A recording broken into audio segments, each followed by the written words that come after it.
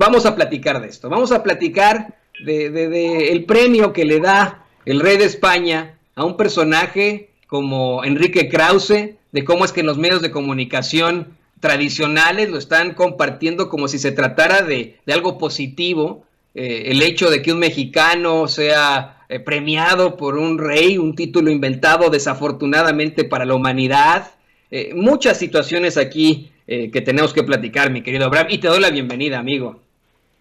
Querido Toño, muchas gracias como siempre por el espacio, a la orden para esa platicada.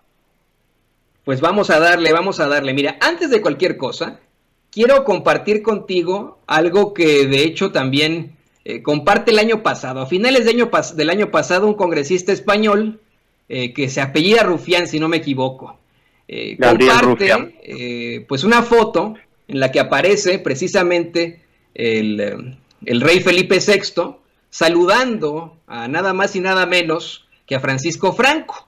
Y hay varios medios de comunicación que hacen la chambita, se meten a esta situación muy interesante. Este congresista dice que pues en todo caso el voto que tiene, el voto que tuvo en todo caso el rey Felipe VI, pues fue el voto de Francisco Franco. No solamente eso, el máximo representante de la Fundación Francisco Franco, el año pasado, a finales del año pasado, lo defendió en esta problemática que existe con la monarquía y le recuerda que está en el trono gracias al dictador Francisco Franco. Me llama mucho la atención, de verdad, el hecho de tener a un mexicano condecorado una y otra vez por ese rey, en otro continente, y que se trate de este personaje, un personaje de ultraderecha mexicano, Enrique Krause, un personaje con muchos tintes ahí, muchas controversias. Te escuchamos, querido Abraham. Bueno, en primer lugar hay que dejar claro que la monarquía en España no fue avalada democráticamente. ¿A qué me refiero con que no tiene la legitimidad democrática? A que cuando se consulta después de la dictadura, pero en el marco político de la dictadura, sobre el futuro político español, se hace un paquete donde vienen distintas reformas político-electorales y sociales, y dentro de ese paquete viene la monarquía.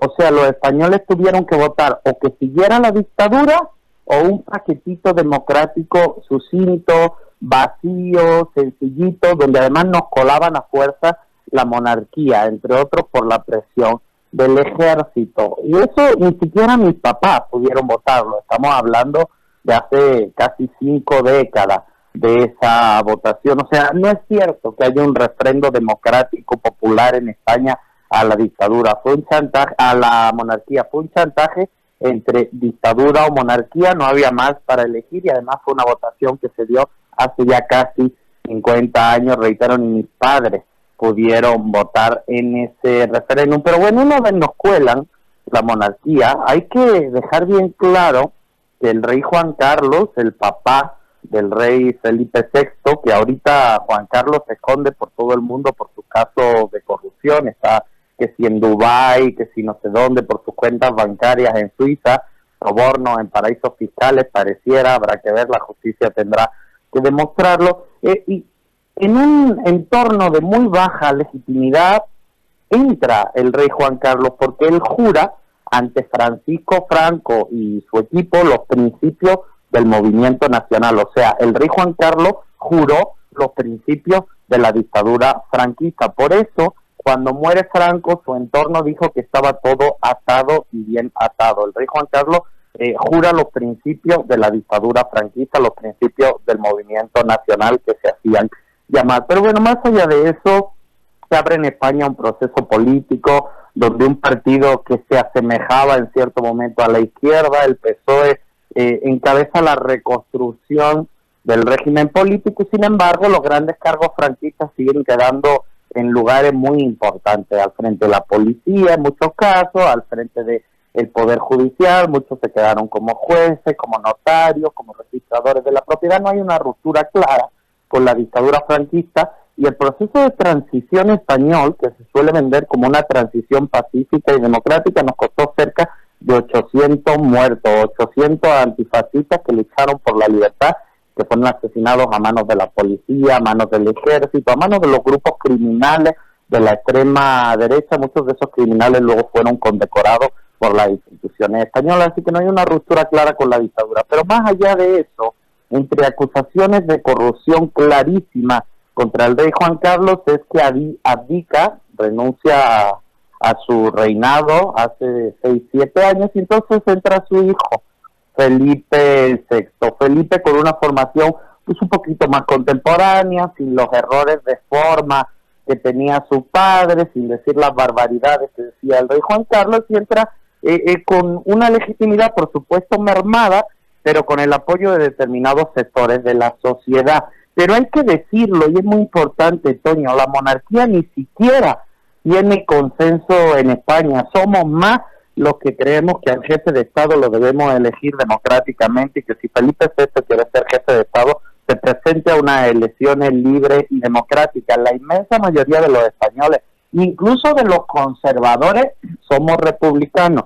No creemos en el sistema de la monarquía parlamentaria, nos parece anacrónico y está fuera de lugar. Y en todo este contexto, uno puede ver como las élites políticas y económicas en América Latina y en particular en México casi que respetan y adulan más a la monarquía que lo que allá lo hacemos en España, ¿no?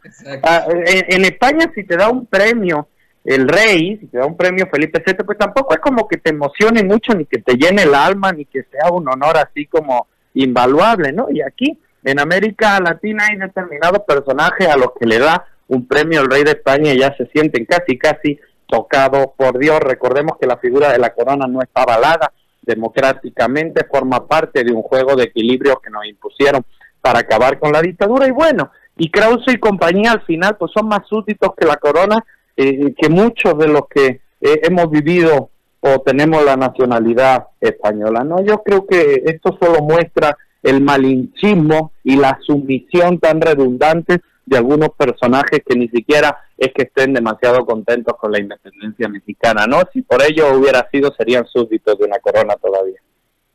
Pero aquí sí surge la pregunta, y le voy a pedir a don David que nos